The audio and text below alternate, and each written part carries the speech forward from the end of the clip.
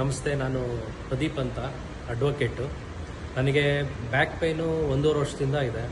ನಾನು ನಮ್ಮ ಅಸೋಸಿಯೇಷನಲ್ಲಿ ಕ್ರಿಕೆಟ್ ಆಡಬೇಕಾದ್ರೆ ಸ್ವಲ್ಪ ಇಂಜೂರ್ ಆಯಿತು ಅನಿಸುತ್ತೆ.